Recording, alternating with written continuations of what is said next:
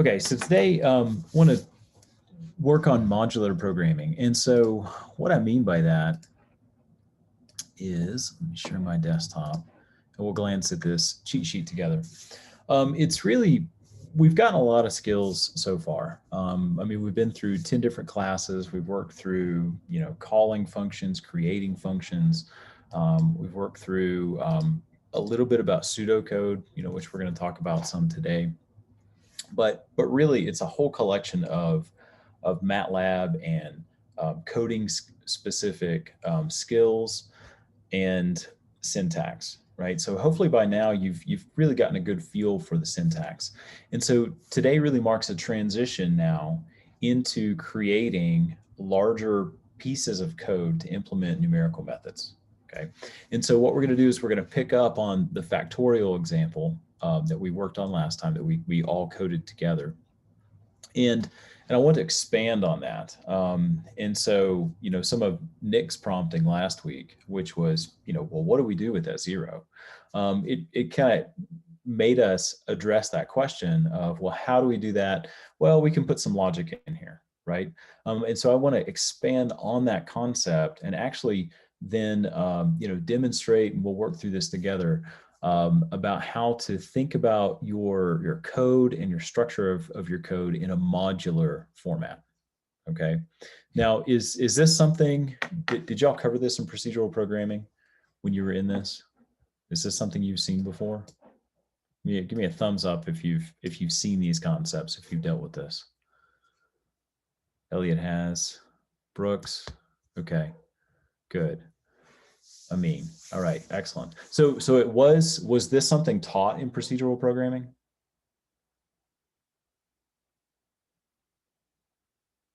No. Okay. Just needed to kind of figure it out yourself if that was the case. And I think most people learn this. I mean, so no matter what, any of this you have to learn by trial and error. Okay. I mean, that's just how this type of class works. I mean, we can textbook this stuff all we want. However, it's really when you're implementing your own work, your own code, when you're solving these problems that that you really learn how to do it. Okay, and so the truth is that everyone uses a modular format in your programming. Okay, meaning that there are modules, there are chunks of code, there are functions that you're calling, functions that you're creating. You're making decisions about that no matter what. So as an analogy, I've got a bunch. Well, I got a bunch of kids in my house, right? And so and we've got a couple of them that are transitioning into readers right now, and so both my parents are school teachers, and so when I was growing up, phonics was just poo-pooed on completely. Okay, it's like you learn to read by these things called Dolch words. You memorize a bunch of words, and therefore, ta-da, you get to read. Okay, well, my dad told me once, he's like, okay, yeah, we don't use phonics officially, but everyone learns to read using phonics because you're always sounding out words. All right. It's the same thing here. Even if you're not going into this concept of saying, I'm going to create a modular program, okay, you are creating modular programs no matter what. Okay. Now the difference, there's two differences between, well, there's two important things. Number one, you got to have a program that works. Okay. That's key. Okay. The second thing is you have to have a program that someone else can understand. And so I think by thinking in modules, it's going to help you hit that target faster and more efficiently. So let's just take a look about what this actually means. So really simply, and some of this may seem like the basics, and I hope it does. But there are 4 steps, and I took these from a different book. This isn't from the Chopra book, but these 4 steps to organizing and implementing a modular program. First is you got to plan. Okay, you got to plan the solution before you actually implement on the computer. Okay, we've talked about that before. If you're writing a paper, you create an outline. If you're going to give a presentation, write a speech and then figure out what visual aids you have. Okay. So, and then the second thing is that, kind of work in these big chunks, okay, these big steps, major steps, and then just start subdividing those into increasingly smaller steps. Okay. And I think that's something that we probably all agree with. I mean, you're coming into it anyway, whether you do it or not. Okay. is going to be up to you. I'm going to recommend that you do. Okay. Sometimes we do it, sometimes we don't. When you've got small things that we've done so far, you may not have to do a lot of programming. You can keep that straight in your head. I'm sorry, a lot of planning. You can keep that straight in your head.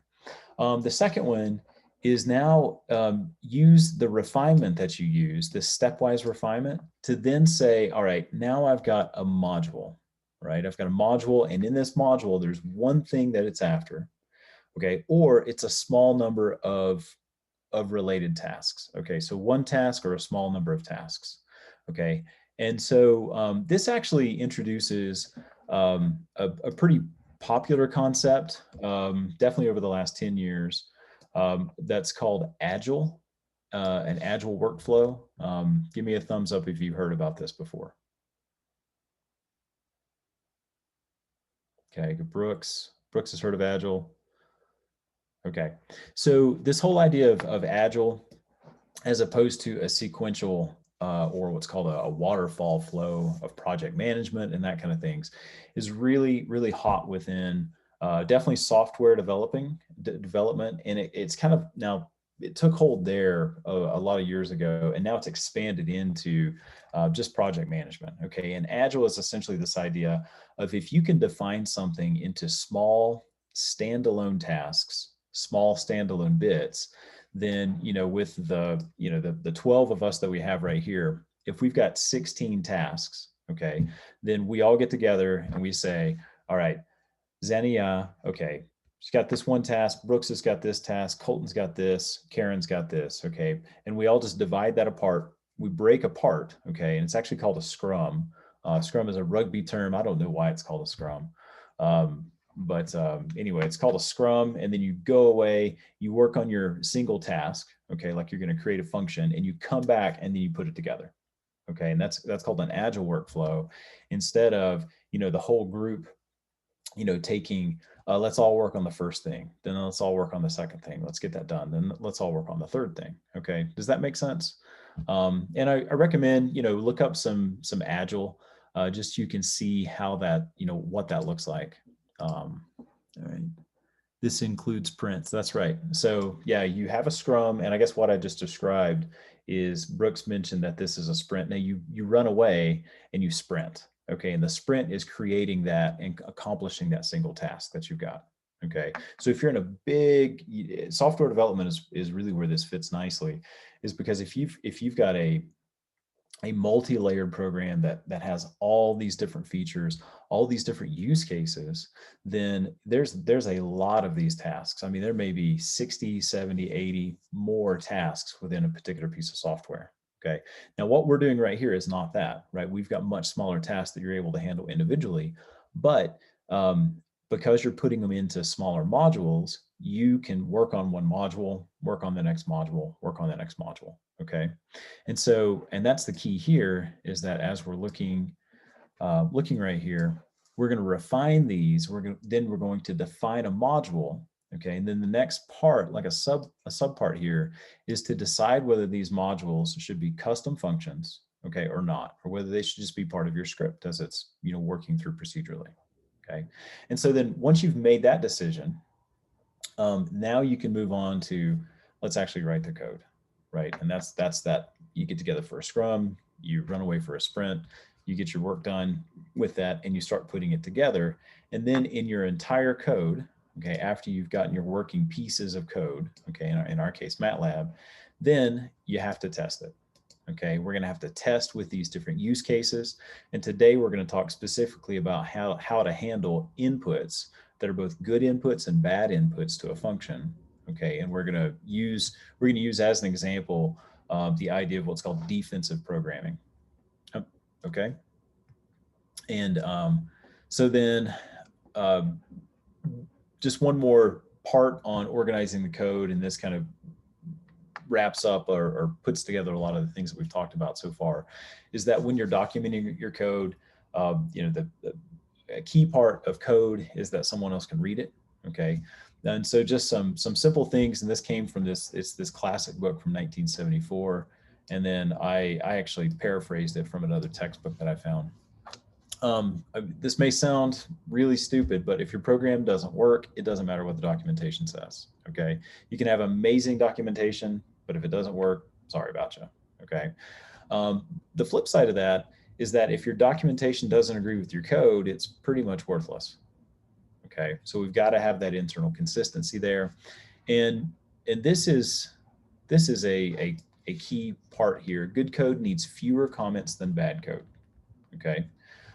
So if you're just commenting, that would indicate that you need that, or you think you need that. That would indicate that your code probably isn't that great. You can do a better job at creating your code. And then your code should be documenting itself. Someone should be able to read through that and understand it.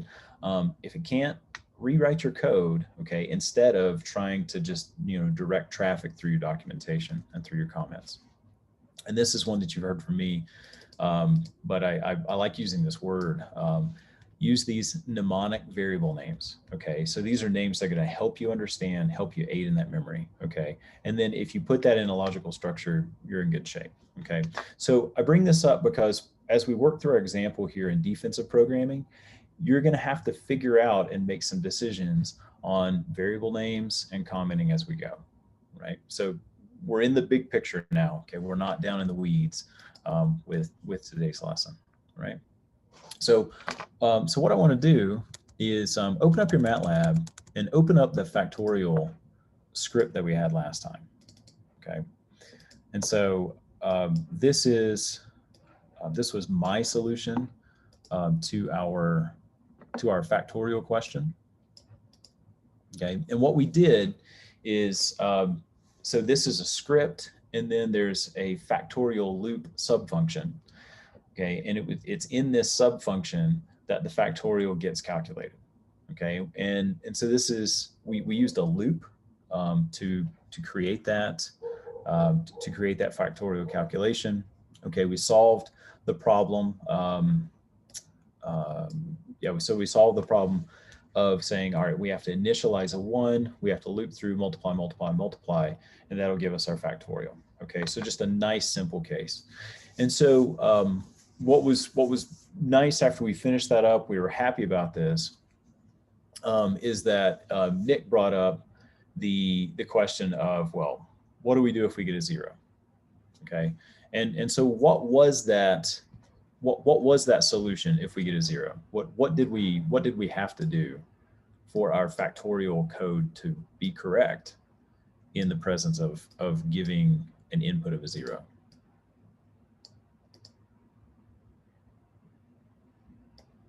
Anybody?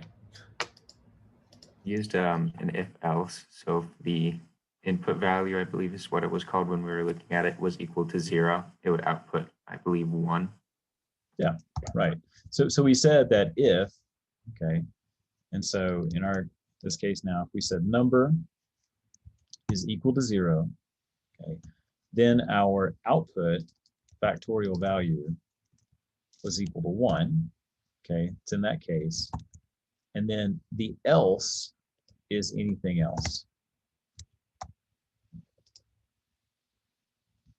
And so with this, we should be able to then, all right, my input value, if I set it equal to 0, I should be able to run this code.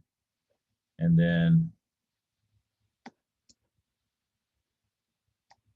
it should be giving me that my calculated factorial is equal to 1, and my error, because we're now testing it because we know the answer in this case, the error is 0. Okay. All right. So give me a thumbs up if we're good with that.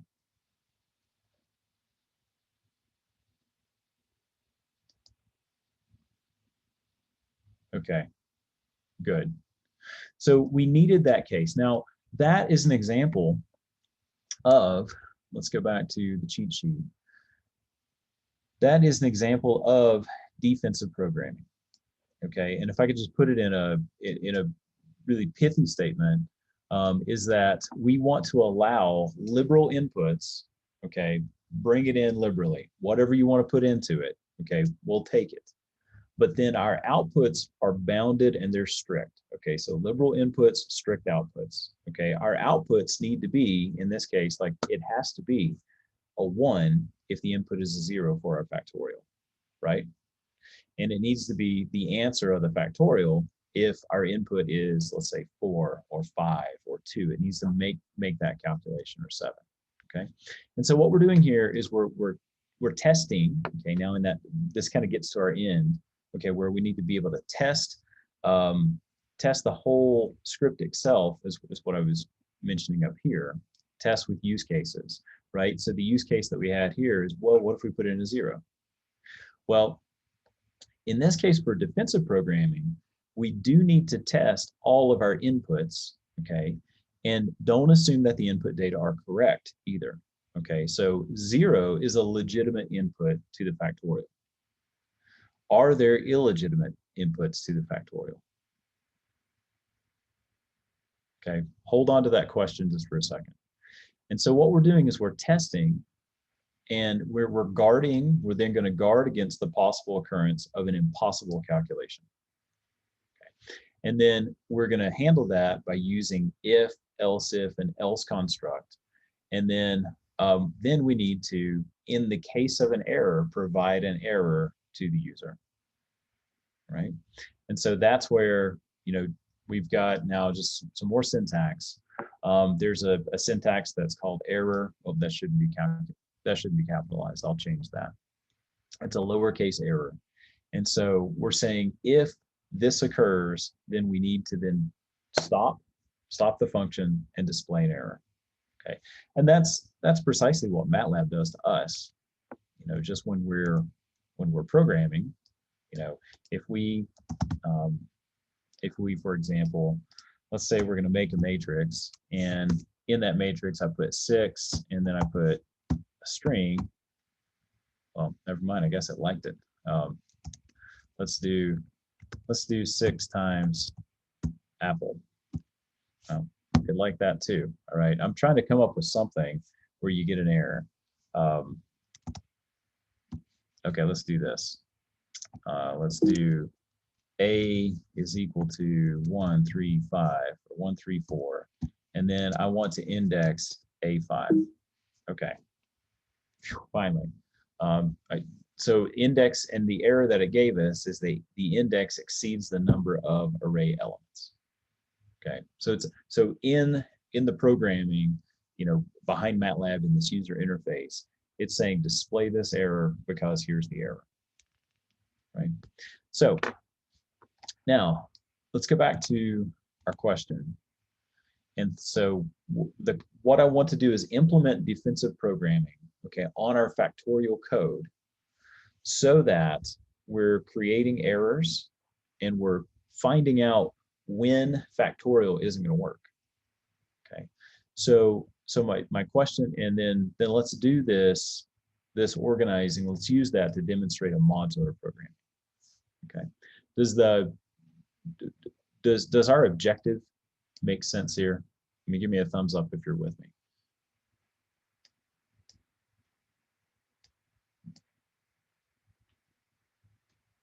Okay, good. And so, excellent. All right, so let's do that. So we need to plan our solution before implementing it on the computer. So what I want you to do is pull out a piece of paper. Okay, I'll open up a Word document, and you can follow along with this. So, and actually, let's do this. So grab these guys. So before we ever start programming, pull open that Word document. Okay. All right, so we want to plan our solution. So we have an objective, and the objective is to create a factorial function, okay, which can handle whatever we throw at it. Remember, liberal inputs, just bring it in whatever we need. All right, so the question is, what do we need to defend against, and what do we need to handle? Okay, we're just brainstorming on this. We've got our first one. Okay, input equals 0 gives output equal to 1. Okay, we just did that. But what else? Input not numeric, like not a integer, or I guess we can handle on integers, but not a like number. Okay, so not a number. I'm assuming that this isn't going to be doing the factorial of matrices. Well, can it? Will it? You could definitely put handling in there for it, but whether or not I want to program that is up to you. It is up to me. You're right. So all right. So Elliot just now mentioned two really important ones. Okay, one is a non-numeric input. All right. So non-numeric input, right? We got characters and strings, right? But we've got other things that it could be. It could be a big table. I mean, we've got all kinds of arrays. And Elliot, I'm going to compliment you on how you put that. You didn't say, all right, well, what if it's a string that comes in? You said, what if it's not a number? Okay. And I think that's fair because we have a lot of things that are not numbers, right? Ways to handle that. Well, and here's a question. So let's go to MATLAB. And we know that there's a factorial, right? There's a factorial function. So what happens when we put a non-numeric input into factorial? Okay. And we're trying to replicate this, okay? And here's how I want you to approach this. We have factorial, okay? When we're creating this, our own robust factorial, that's what we're gonna call it, robust factorial function, okay? I want you to imitate the factorial as best as we can, okay? So when giving it a non-numeric input, or when giving it a string in this case, okay, or a character array, we see that factorial gives us input must be numeric. Okay, it's telling us what the problem is, right? So now, so the second one, what about a matrix? All right. So let's make a matrix, 3, 5, 6, 0. All right, what did it give us?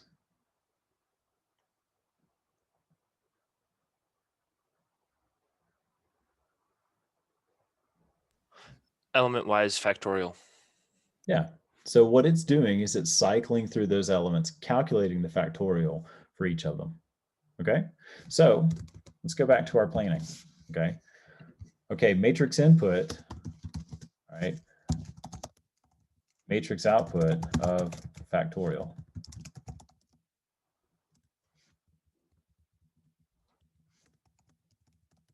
Elements. Okay. So still planning. What else do we need to do? What else do we need to protect against?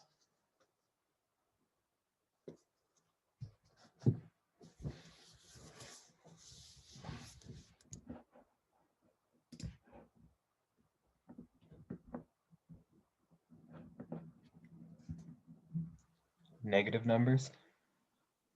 Yeah, negative numbers. All right. So do not allow negative numbers, or when we put in a negative number, that we need to give some feedback. Okay. All right. I'm going to say we want feedback in each of these. Okay. All right. Any other situations we need to be able to handle?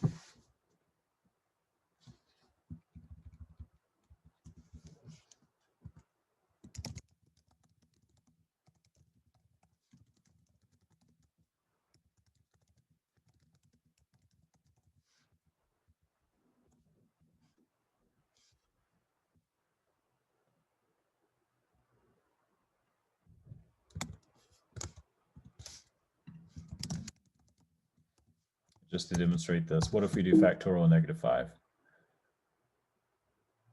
Okay, n must be an array of real non-negative integers. Reading that error message leads me to believe that while your array of numbers spat out results, a matrix probably wouldn't, because it says arrays, not matrices. So an array, you talking about if we did something like this, Elliot? Yes. Okay.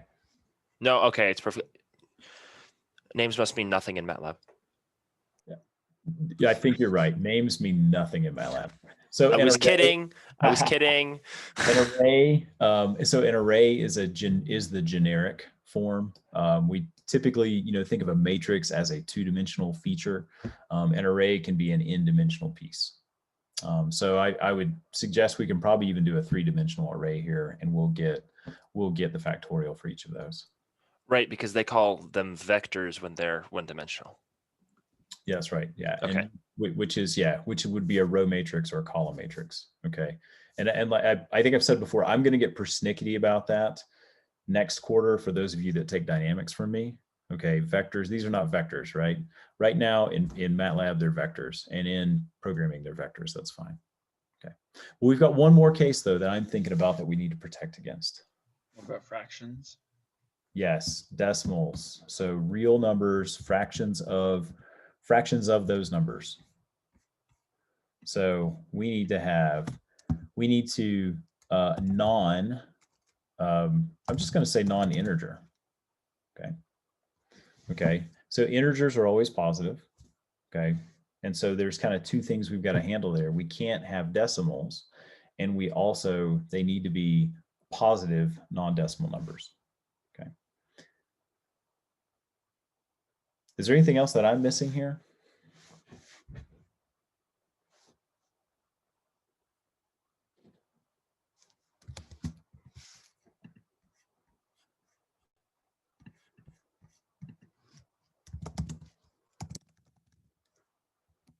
So factorial. And who was that said that, talked about the fractions? Was that you, Zach? Yeah. Okay, great. So, and you can see that factorial 5.4, n must be an array of real non-negative integers. Okay, so we're giving feedback on that.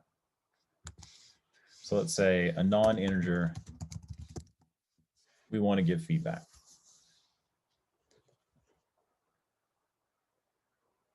All right. I can't think of any other conditions or test conditions that we need to protect against here.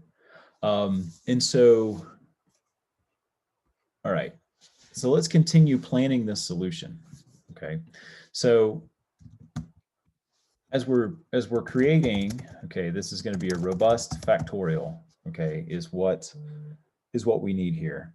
Our bigger steps, our major steps are going to be, we need to do some defensive programming. I guess we've kind of jumped into the refinement already, okay, by talking about these parts that we need. Okay, so I'll even say maybe step one is the defensive programming. And then what would be our next part in creating this function?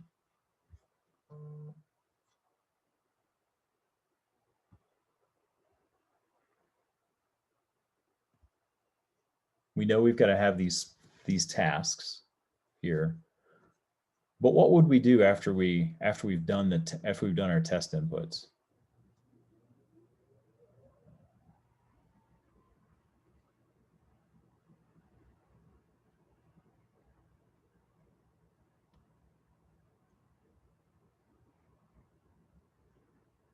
And then finally allowed positive integers to trickle through this sieve here.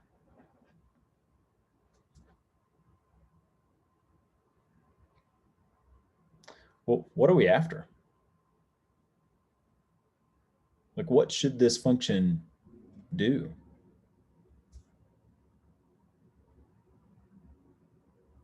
Should print out a factorial that, I guess, meets the appropriate conditions, so it doesn't, necessarily fall into one of the 5 things we put above. Yeah, that's right. So we now need to make that calculation. We need to calculate a factorial, right?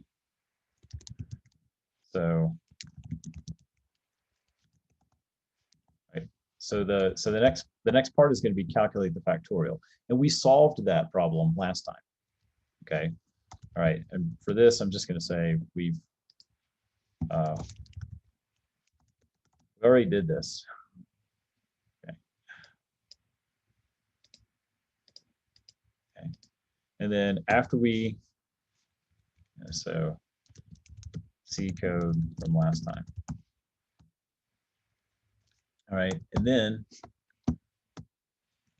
for the last part, we need to organize any of our outputs. Okay, so we may need to organize our outputs so that our function, okay, which is robust factorial with an input of n, okay, and then we'll give it the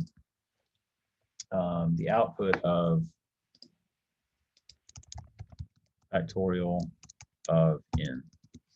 Okay. So this would be our function format. Okay, now, so that was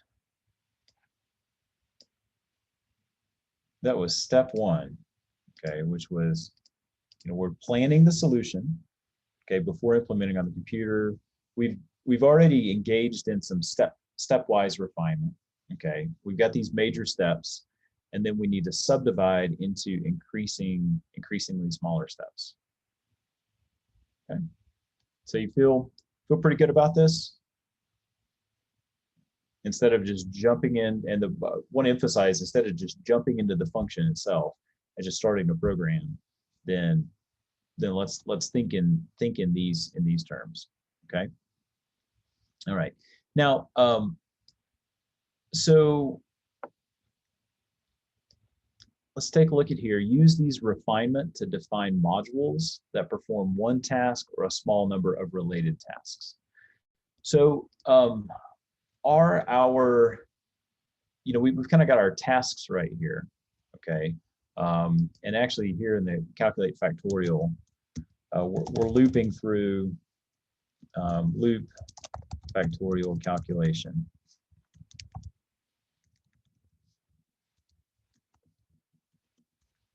Okay. And those iterations. Now, as we look at our tasks here, okay, we've already done the loop factorial calculation. And then up here, we've got when an input 0 gives us output 1, non-numeric input, and so forth. Let's take this seriously here. We've created several tasks, and let's now figure out what's related to each other and what's not. Okay, so let's look at this list here. All right, so the first one, input equals 0, output is equal to 1. Does it belong in this, defensive programming, or is this actually in the calculation of the factorial? So we can start doing some reorganization here.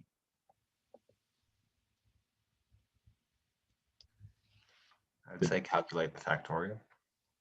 Yeah, I think it belongs down in the calculate factorial. Okay, it is an if and then a then, or an if else. But I mean, my opinion is that it does belong here, and I also think that's why it came up last time. Okay, because it fits nicely in this section. Right.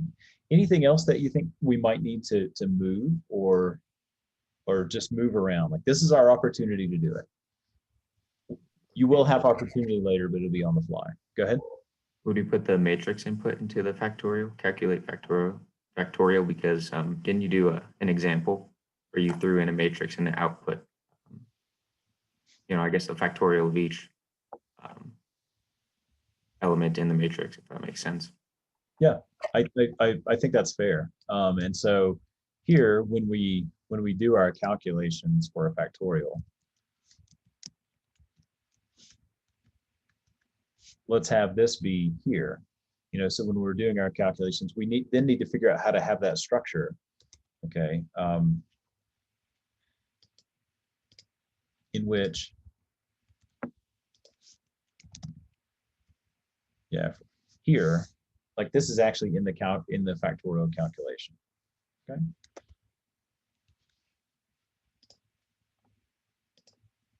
And so some of that organization, like the matrix organization, that might come from the organized output, or that might just get taken care of when you're actually doing the calculation of the factorial. All right. So what about the rest of these? Right. Non-numeric input, if we get a negative number, or if it's not an integer. These seem okay right here in the defensive programming. Test the inputs to the function.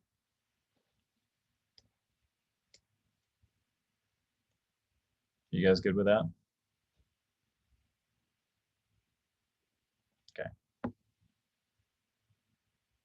All right, great, great. Okay, so, all right, now we have our structure, okay?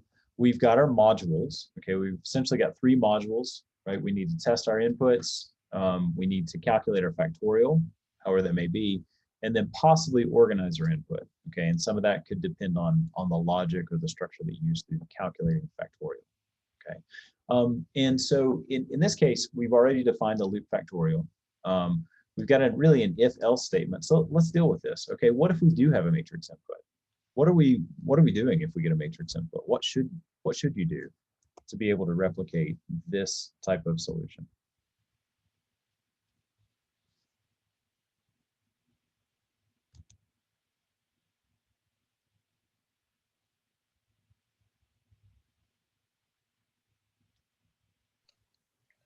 Maybe you could put each element into the function by itself. Okay, yeah. So put each element into your loop factorial function, right, that we've already created. And so send it, get a factorial back, send it, get a factorial back. Okay. And then what would you do with those? Put them into an arrayed output. That's right. Right. So you've got them, you're going to organize them. Okay.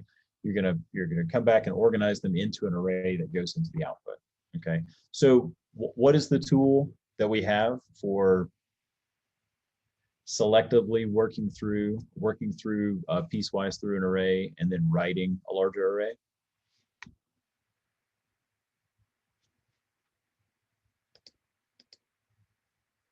We just talked about it last time, 2 class periods ago.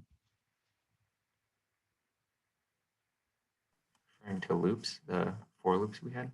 Yeah, it's a for loop, right? Okay, so if we have a matrix input, okay, then we want to use a for loop to calculate factorial and store as the matrix output of factorials. Let's see, element, we'll say element wise, factorial. Okay.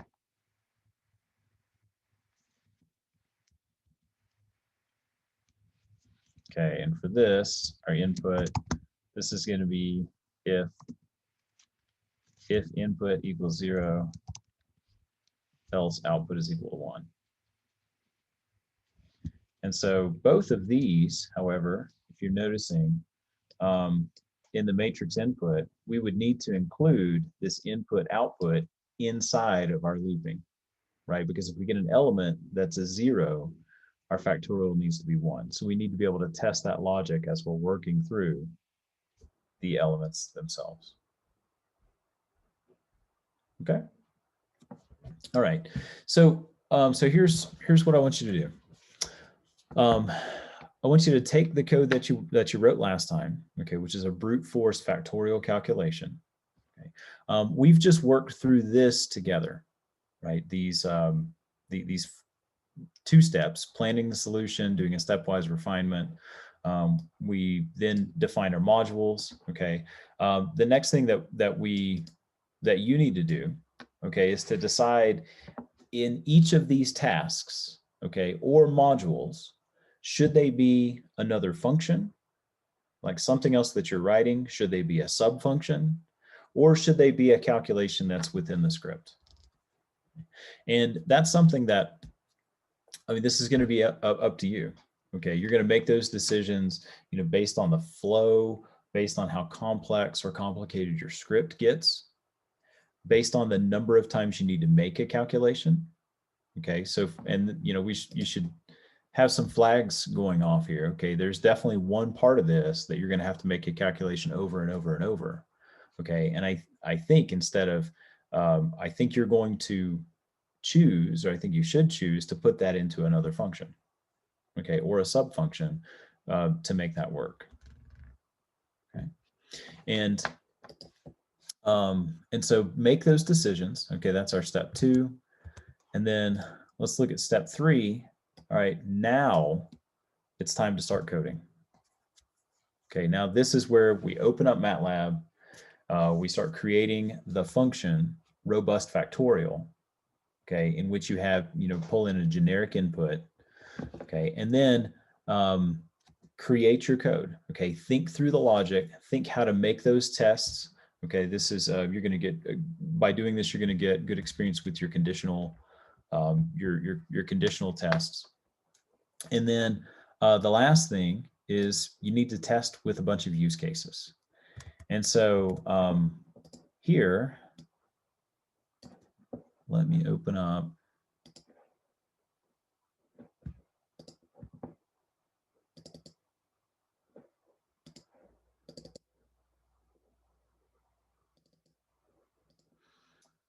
There's a piece of code called factorial function tests that I posted onto Canvas.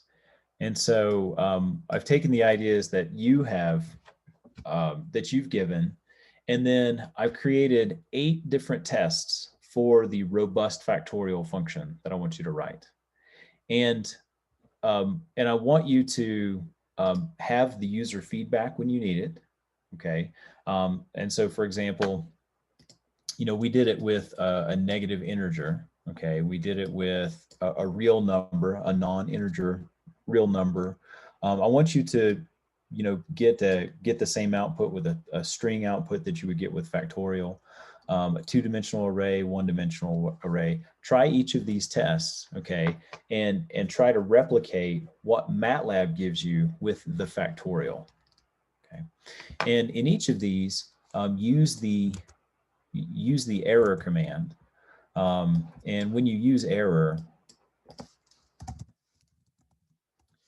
we have the error message. It's going to stop your code. So this is different than just displaying, right? We say display, all right.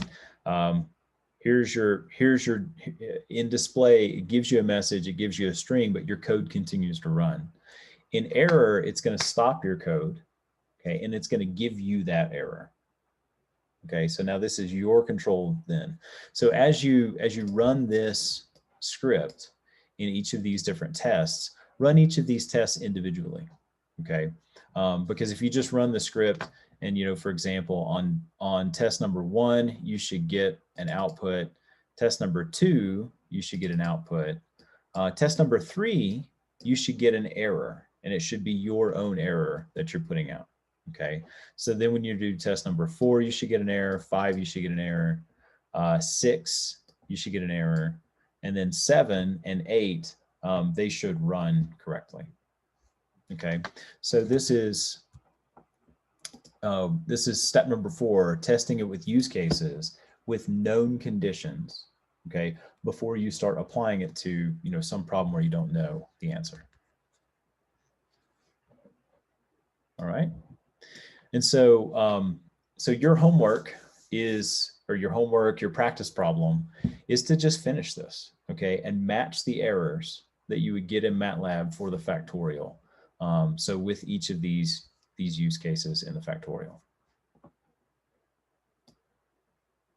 All right, and then after you do that, you've now completed, your kind of first top to bottom program in which you're using. You're testing the inputs, working on that defensive programming, and then, once again, accepting really any input, okay, liberal inputs, okay, very specific outputs, okay. All right, got a couple more minutes. What questions are coming up with this? Is the assignment clear? Give me a thumbs up if you're clear on what you should be doing here. I understand like the assignment, but I'm kind of unsure about like creating multiple functions and using them, because by the looks of it on the practice or on the script you made where we plug in, or it's just a bunch of numbers, they were using like the same function. So like, how would we do that? We want to do one that calculates like the matrix, one, just a standard factorial, if that makes sense. Yep, it's good. It's a good question. So let's just start that process. Okay. So I want a new function. And the name of the function is robust factorial. Okay, my input arguments are in. My output argument is, we said it's factorial of n. Okay.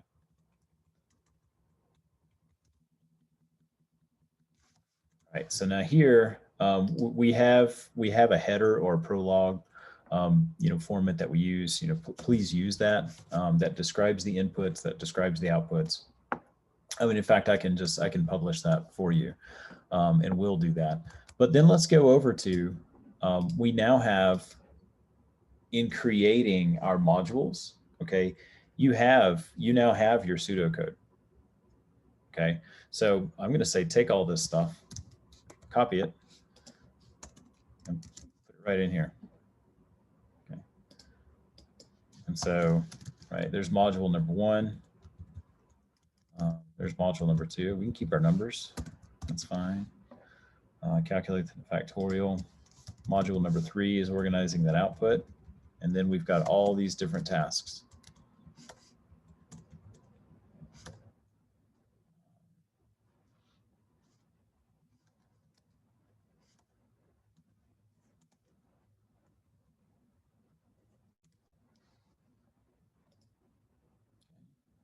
If matrix, what do we have here? If matrix input. And then I've got these tasks here. Okay.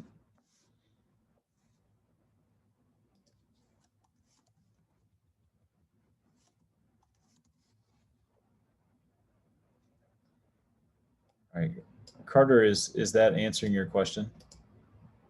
But Yeah, that I was for some reason thinking we'd need like, or would use multiple different like functions and then somehow finding them. So okay, thank you for clarifying that though. Yeah, you're welcome. All right, so did Carter's question make sense, everybody? Is that in these factorial function tests, he was asking, should there be a function that handles negative integers, right? And then a different named function that would handle characters and strings. And so instead of that, I want you to wrap it all into a single function, okay, that handles each of those scenarios, okay? And then also, handles the matrix, handles each of the types of matrices that you can calculate factorials on, okay? And again, I want you to mimic the output or mimic the feedback or errors that you would get from just using the factorial function that MATLAB has that's built in. Okay, all right, we good there? Okay, fantastic. So there's this, there's one other problem. I'll pull it. But the other problem was actually taking some code that the book gave you, and I want you to, change those variable names and work with a kind of mnemonic variables. Okay, that I will leave there. I'll probably bring that up at some other point, and I want you to just go through and it's kind of nice. Nice in the sense that it's a really bad example. Okay, its variable names are pretty bad, and I just want you to improve upon those. Okay. That's less important than this here, in which you're taking each of the modules and each of the tasks in the modules and solving how to implement them into MATLAB. Okay, so focus on that. The other problem is recommended, but certainly do it after you've completed the robust factorial function. Okay, all right. So come to office hours. Okay, who's got office hours today? I think I do. Okay, so Nick and Drake have office hours today. Yeah, mine's right now. Okay, great. And then Drake and I have office hours tomorrow. Okay, so please come to office hours. And so, as I mentioned, this is kind of a pivot. We're about to, turn the corner, and then having this approach, I want you to be thinking in terms of this approach for all the other assignments that we do for the rest of the quarter. Right? Okay. All right, y'all have a good afternoon, and we'll see you in office hours. Thank you. Thank you. Yeah, you're welcome. That's it. Yeah, have a good one. All right. See you guys.